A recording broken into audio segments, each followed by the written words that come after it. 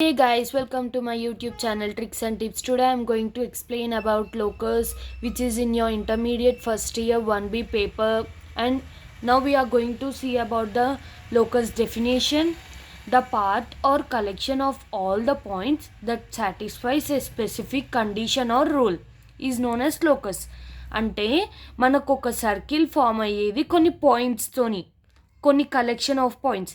నేను ఇక్కడ సర్కిల్ కొన్ని పాయింట్స్ అంటే ఒక సర్టెన్ ఆఫ్ పాయింట్స్తోని జాయిన్ చేసి ఒక సర్కిల్ని చేసిన. ఆ పాయింట్స్ అనేది ఇచ్చిన కండిషన్ని ప్రతి పాయింట్ సాటిస్ఫై చేయాలి.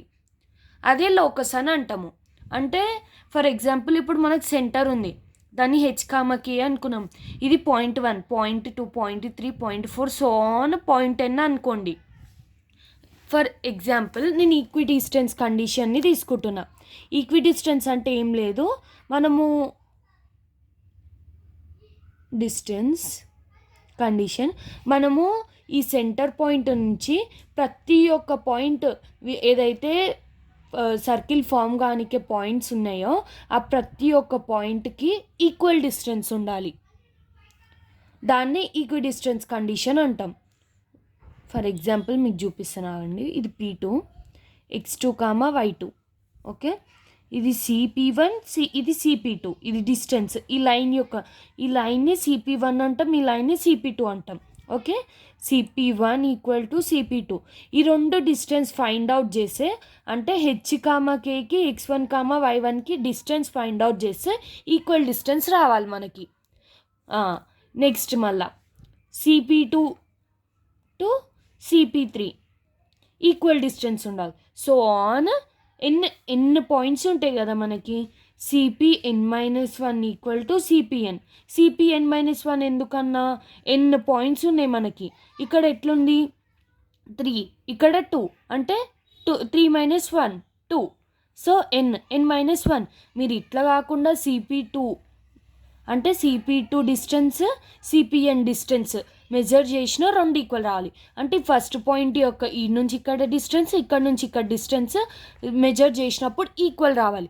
అంటే ఎక్కడి నుంచైనా మనం ఏ పాయింట్కైనా, ఇప్పుడు సెంటర్ నుంచి ఏ పాయింట్కి డిస్టెన్స్ ఫైండ్ అవుట్ చేసినా ఇంకొక పాయింట్తో ఫైండ్ అవుట్ చేసిన డిస్టెన్స్కి ఈక్వల్ రావాలి.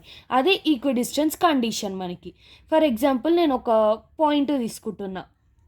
పాయింట్ ఏంటిది 3, 4. ఇంకొక పాయింట్ ఇది P1, ఇది P2. -3, 4 తీసుకుంటున్న పాయింట్స్. ఓకేనా. సెంటర్ పాయింట్ ఏంది, ఫర్ ఎగ్జాంపుల్ 0, 0 తీసుకున్నాం సెంటర్. ఓకే, డిస్టెన్స్ ఫార్ములా ఏంటి మనకి. Distance formula √/(x2 - x1) whole square plus y2 - y1 whole square. ఇది డిస్టెన్స్ ఫార్ములా మనకి ఇప్పుడు x2 - x1, x2 - x1, మళ్ళీ y2 - y1, y2 - y1. ఇప్పుడు √3² ఎంత 9 ప్లస్ 4² ఎంత 16, √25. √25 అంటే మనకు వాల్యూ 5. ఇప్పుడు మనకు CP1 ఎంత వచ్చింది 5 వచ్చింది. మళ్ళీ అట్లనే CP2 ఫైండ్ అవుట్ చేద్దాం. సేమ్ ఇది x2 y2, ఇందులో మనకి ఇప్పుడు x1 y1 CP2కి కాబట్టి.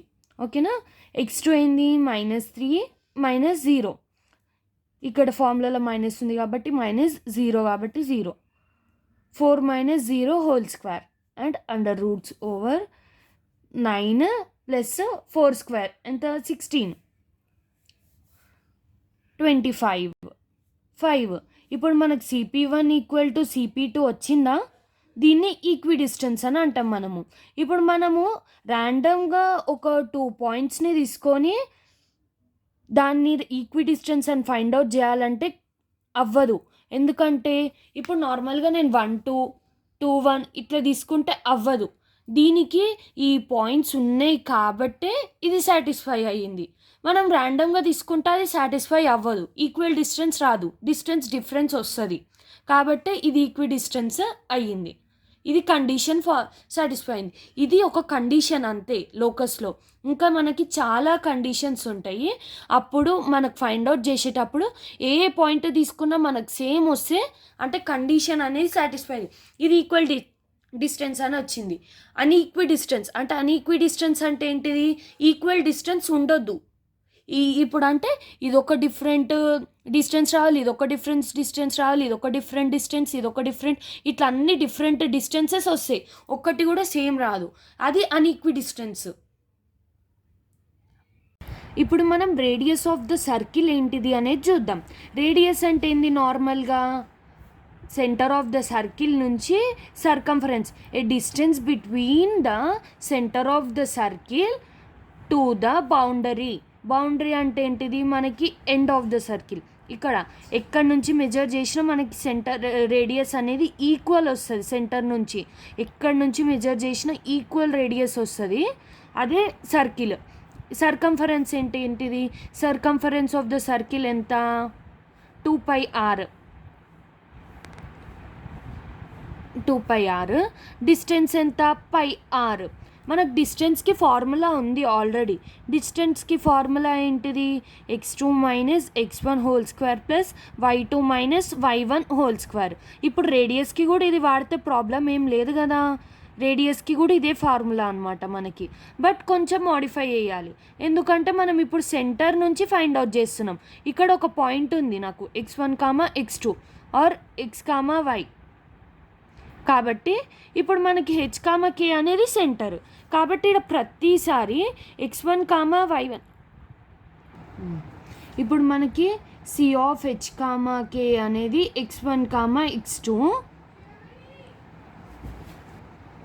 ఇప్పుడు మనకి h, k అంటే సెంటర్ పాయింట్ అనేది x1, y1 అండ్ మనకి ఈ పాయింట్ ఇక్కడ ఉండే పాయింట్ అనేది x, y అనుకుందాం. అది x2, y2. ఇప్పుడు రేడియస్ ఫార్ములాలో సబ్స్టిట్యూట్ చేస్తే మనకి ఏమొస్తుంది? x2 అంటే x minus h whole square plus y minus k whole square. ఇక్కడ మనం రాసుకున్నాం కదా x1, y1. x1 ప్లేస్లో h, y1 ప్లేస్లో k, x2 ప్లేస్లో x, y2 ప్లేస్లో y. ఇది రేడియస్ ఫార్ములా మనకి. ఇప్పుడు మనకు రేడియస్ ఫార్ములా ఏంటిది? √/x minus h whole square plus y minus k whole square. అట్లనే ఫర్ ఎవ్రీ అంటే ఎప్పుడు ప్రతి సర్కిల్కి ఒక డయామీటర్ అనేది ఉంటుంది. సెంటర్ ఉంటుంది, డయామీటర్ అని ఉంటుంది. డయామీటర్ అంటే ఏంటిది? ఒక సర్కిల్ని ఈక్వల్ పార్ట్స్ లాగా కట్ చేసే దాన్ని డయామీటర్ అని అంటారు. ఇప్పుడు ఈ సర్కిల్కి this is the diameter. Diameter అంటే ఏంటిది? ఇప్పుడు ఇందులో ఆఫ్ తీసుకుంటే మనకు రేడియస్ వస్తుంది. ఇప్పుడు ఈ రేడియస్ కలిపితే డయామీటర్ అయింది మనకి. అంటే డయామీటర్ అంటే ఏంది? 2r. r అంటే ఏంది? Radius. 2 times of the radius is called as diameter. ఇది డయామీటర్కి ఫార్ములా. డయామీటర్ అంటే ఏంది? 2 times of the radius is known as diameter. దీన్ని డయామీటర్ అని అంటాం మనము. ఇప్పుడు 2r. ఆర్కి ఫార్ములా ఏంటిది?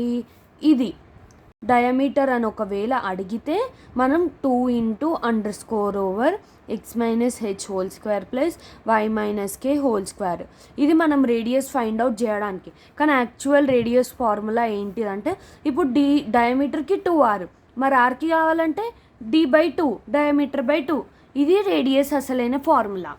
మనకి ఇక్కడ నుంచి ఇక్కడ వరకు రేడియస్ డయామీటర్ గురించి అయిపోయింది. ఓకే, ఇప్పుడు మనకి సెక్షన్ ఫార్ములా అంటే ఏంటిదంటే ఒక P అనే పాయింట్ ఒక లైన్ జాయినింగ్ విత్ అంటే AB జాయినింగ్. ఇప్పుడు AB లైన్ ఉంటుంది కదా, ఈ AB లైన్ని P అనే పాయింట్ డివైడ్ చేస్తుందంట. ఏ రేషియోలో? In the ratio of m:n. అంటే మన క్వశ్చన్లో ఏమని అడుగుతాడు? At certain point P is dividing A line joining A and B in the ratio of m:n.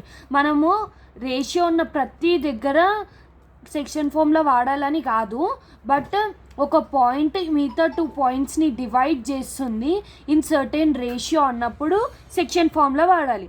Section formula అంటే ఏంటిది? మనకి mx2 + nx1/m+n, my2 + ny1/m+n అనేది సెక్షన్ ఫార్ములా. ఇప్పుడు mn అంటే ఏంటిది? 1:2 ఇచ్చింది అనుకో, ఇది m, ఇది n. అప్పుడు మనం x1 y1 x2 y2 ప్లేస్లో మనకి ఇస్తాడు. అప్పుడు మనం p అనే పాయింట్ని ఏదైతే పాయింట్ డివైడ్ చేస్తుందో ఆ పాయింట్ని ఫైండ్ అవుట్ చేయడంని సెక్షన్ ఫార్ములా అంటాము. ఇప్పుడు మనకి మిడ్ పాయింట్ అంటే ఏంటిది? ఒక 2 పాయింట్స్ మధ్యలో మనకి ఏదన్నా, ఇప్పుడు ఒక 2 పాయింట్స్ ఉంది, దాన్ని ఏ బి అనే పాయింట్ ఉంది, దాన్ని మిడిల్లో మనము ఇక్కడ ఒక పాయింట్, మనం ఏదన్నా పాయింట్ తీసుకోవడంని డివైడ్ చేస్తలేదు, అది మనమే ఫైండ్ అవుట్ చేస్తున్నాం. ఈ రెండింటి మధ్యలో ఒక మిడ్ పాయింట్ అనేది మనకు కావాలి. దాన్ని ఫైండ్ అవుట్ చేయడానికి ఫార్ములా, దాన్ని ఎట్లా డినోట్ చేస్తాం? ఏ పాయింట్ ఈజ్ డివైడ్.